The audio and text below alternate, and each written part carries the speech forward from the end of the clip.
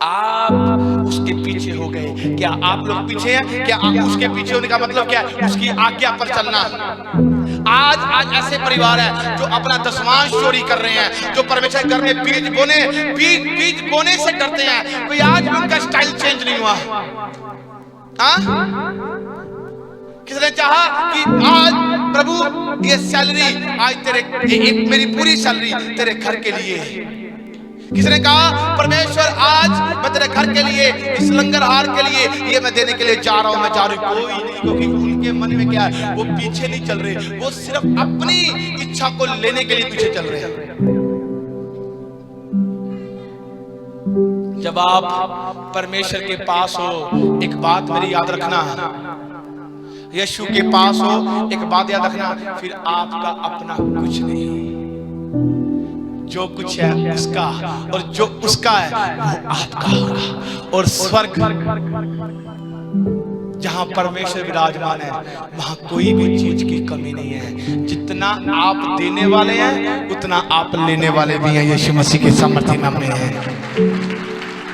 मैंने कहा आपकी तारीफ छोटी है। आ जाओ बस जल्दी से खत्म होने वाला है। ध्यान से देखें, वचन लिखा,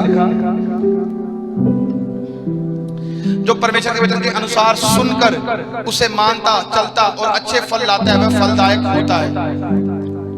मत्ती की इंजील उसकी 13:23 से लेकर 30 तक पढ़ते हैं। कहता है जो अच्छी भूमि में बोया गया, ये वह है जो वचन को सुनकर समझता और फल लाता है, कोई 100 गुना, कोई 60 गुना, कोई 30 गुना। मत्ती की इंजील चैप्टर 13 उसकी 24 से लेकर 30 तक पढ़ते लिखा, जो वचन जो अच्छी भूमि में बोया गया वो क्या करता है पता? अच्छी भूमि पर बोया गया बीज। यहाँ पर बहुत सारे जनों को जो खेती बाड़ी करते होंगे, जिनकी जमीन होती होंगी, आप अपनी जमीन से अच्छा वो फल चाहते हैं कि हमें प्रॉफिट मिले, हमारी जमीन में जो हमने बोया है हमें मिले, जो हमने दिया है। आप क्या करते हो? उस जमीन के लिए वर्कर रखते हो ताकि खेती कर रहा है कोई कीड़ा ना लग जाए, उसे सुबह शाम उससे प्यार करते हो, पानी देने जाते हो, टाइम के अनुसार अपनी खेती देखते हो कितनी बड़ी कि नहीं बड़ी, बड़ी कि नहीं बड़ी, बड़ी कि नहीं बड़ी। हाँ, पर जो वचन आपने परमेश्वर का अपने हृदय में लिया है, जो प्रार्थना आपने हृदय से की है, क्या आप उसकी रखवाली करते हो? कि आप उसमें विश्वास करते हो? विश्वास करो, नहीं मेरे परमेश्वर ने मेरे लिए बोला है वो करेगा। आप एक पानी का छिट्टा दे रहे हो, आप विश्वास का छिट्टा दे रहे हो, नहीं परमेश्वर करेगा, नहीं मेरा काम बढ़ने के लिए जा रहा है, नहीं मेरा बिजनेस फ्लॉप नहीं है, मेरा बिजनेस बढ़ रहा है, मेरे बिजनेस में मेरे परमेश्वर का हाथ है, नहीं मेरी कोख बांझ नहीं है, ये कोख फल है, फलदायक है, परमेश्वर ने इस कोख को ब्लेसिंग दी है, मेरे घर में बच्चों की किलकारियां आने के लिए जा रही हैं, मैं बीमार नहीं हूं, मेरे बच्चे बीमार नहीं हैं, क्योंकि परमेश्वर का वचन मेरे हृदय में काम करता है। मैं सुरक्षित हूं, मेरे बच्चे सुरक्षित हैं, मेरा परिवार सुरक्षित है, हमारा आने वाला फ्यूचर सुरक्षित है, क्योंकि हमने अपना फ्यूचर डिसाइड नहीं किया, हमारा फ्यूचर हमारे परमेश्वर के हाथों की हथेलियों में है, उसने रखा है, वो कभी भी हमें निराश नहीं होने देगा, क्योंकि हमारा ईमान जीवित परमेश्वर की ओर से है। ऐसा करने वाले लोग 100, 60 और 30 गुना फल लेकर आते हैं यीशु मसीह के सामर्थ्य नाम में। मैंने कहा आपकी तारीफ छोटी है।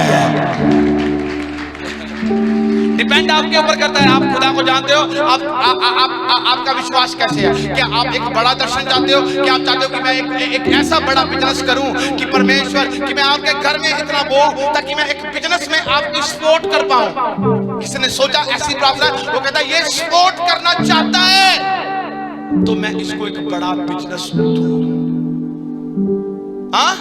वो 100 गुना फल पा रहा है, तो कह रहा है कोई बात नहीं, क्या करना है, सोच क्या करना है, चर्च में क्या करना है, देना क्या क्या क्या बोए, छोड़ो क्या है। वो एक नामधारी क्रिश्चियन है। पौलुस जब चलता था ना, मिशनरियों की सेवा कर रहा था, मिशनरियों में चल रहा था, वो प्रभु का प्रचार लेकर जा रहा था, अन्य जातियों में जा रहा था, वो क्या कर रहे थे? वो दान उनके पास लेकर आ रहे थे ताकि जा परमेश्वर के काम और बढ़े। संगत रंगत में तब आएगी जब वो वचन के संग जुड़ जाएगी। आपको कोई चीज की कमी नहीं होने वाली। क्योंकि जब आपने सोच लिया कि मैं जब बोल रहा हूं पता नहीं होगा कि नहीं होगा, फिर कभी नहीं होगा। आपको ऐसी सोच बनानी है कि परमेश्वर हर समय आपके लिए तैयार है।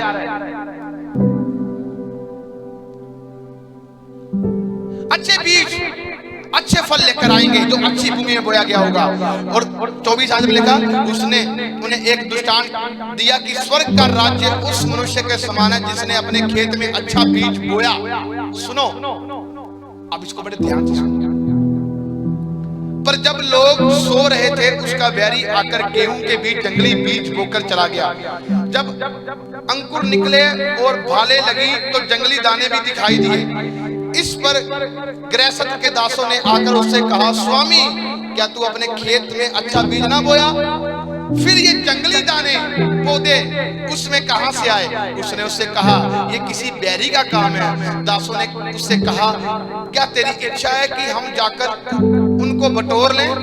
और उसने कहा, ऐसा नहीं ना हो कि जंगली दाने पौधे बटोरे हुए उनके साथ गेहूं भी उखाड़ लाओ।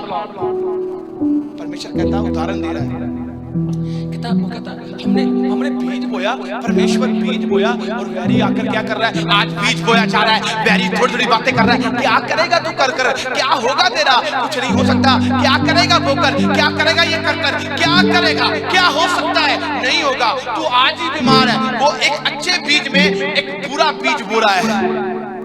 मन में दो तरह की बातें आती हैं, एक चंगा एक ना। वो बुरा है।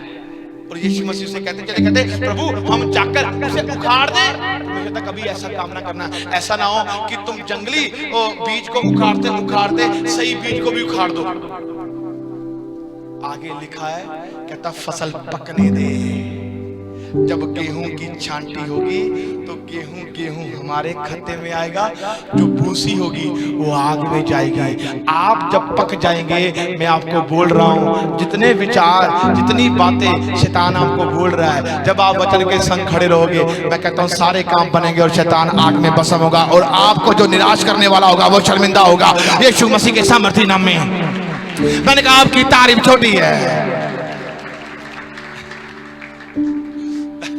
ये शब्द है, ये वचन है जो परमेश्वर हमें देता है। कहता नकारात्मक होने में भी उतनी ही ऊर्जा लगती है जितना कि सकारात्मक होने में। कहता अविश्वास करने में भी उतना समय लगता है जितना विश्वास करने में लगता है। आज वो समय आ गया है अदला बदली करने का। अपना समय परमेश्वर को दे दो ताकि आप विश्वास करो, सही चुनाव करो और सही रिजल्ट आपके कदम जो में यीशु मसीह के सामर्थी नाम में। मैंने कहा आपकी तारीफ छोटी है। मैंने कहा परमेश्वर की आशीषें, परमेश्वर की बरकतें कोई कहानियां नहीं है और कहानियों से कोई जंग नहीं जीती जाती।